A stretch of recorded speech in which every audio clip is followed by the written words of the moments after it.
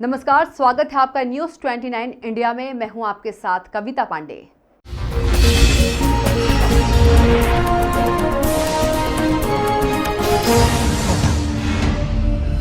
जबलपुर मंडी act का अध्यादेश और नए संशोधन को लेकर लागू किए जा रहे मॉडल का मंडी कर्मचारियों ने विरोध किया है। जबलपुर संभाग सहित प्रदेश भर की मंडी के कर्मचारियों ने आज एक दिवसीय हड़ताल कर अपना विरोध जता रहे हैं।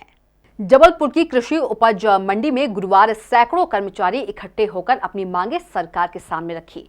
कोरोना काल में सरकार के निर्देश थे कि सोशल डिस्टेंस बनाकर मास्क पहनकर रखें। इस आदेश का मंडी कर्मचारियों ने बाकायदा पालन किया और 6 फीट की दूरी रखकर अपना विरोध जताया।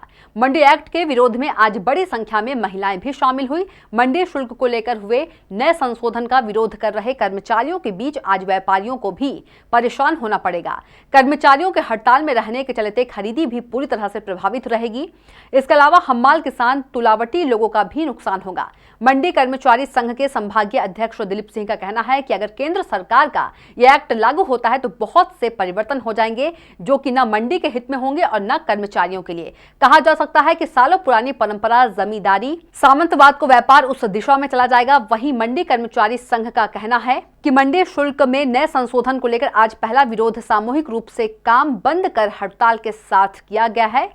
फिर भी अगर प्रधानमंत्री मुख्यमंत्री हमारी मांगों पर विचार नहीं करते हैं तो आगामी की रणनीति भोपाल में बनाई जाएगी, क्योंकि सरकार के इस कदम से आर्थिक संकट गहराएगा। Bureau report, news 29 India.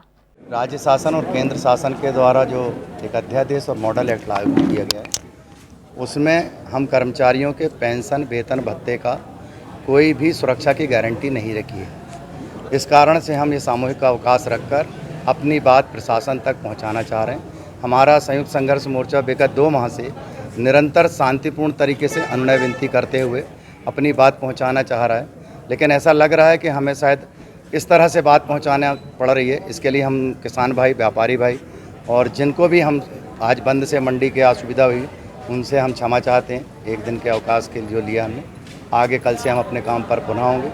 हम किसी एक्ट के विरोध में काम नहीं कर रहे हैं, किसी राज्य शासन का जो है मॉडल एक्ट है या अध्यादेश है उसका विरोध नहीं कर रहे हैं। हम सिर्फ अपने वेतन, पेंशन और भत्ते के लिए चिंतित हैं। वो अगर समाहित कर लिया जाता तो हमें कोई आंदोलन करने की ज़रूरत नहीं है। मतलब क्या गारंटी हमें कि हम अगर इस सेक्टर के बाद अगर हम कहीं और आगे भविष्य में कहीं और अपने प्रतिभा के हिसाब से अगर हम कहीं और किसी और अन्य क्षेत्र में जाते हैं तो वहाँ पर हमारी क्या गारंटी है कि वहाँ पर भी हमारे साथ ऐसा नहीं होगा। पूर्व में 2 साल पहले की और बात है, मैं एजुकेशन डिपार्टमेंट में थी।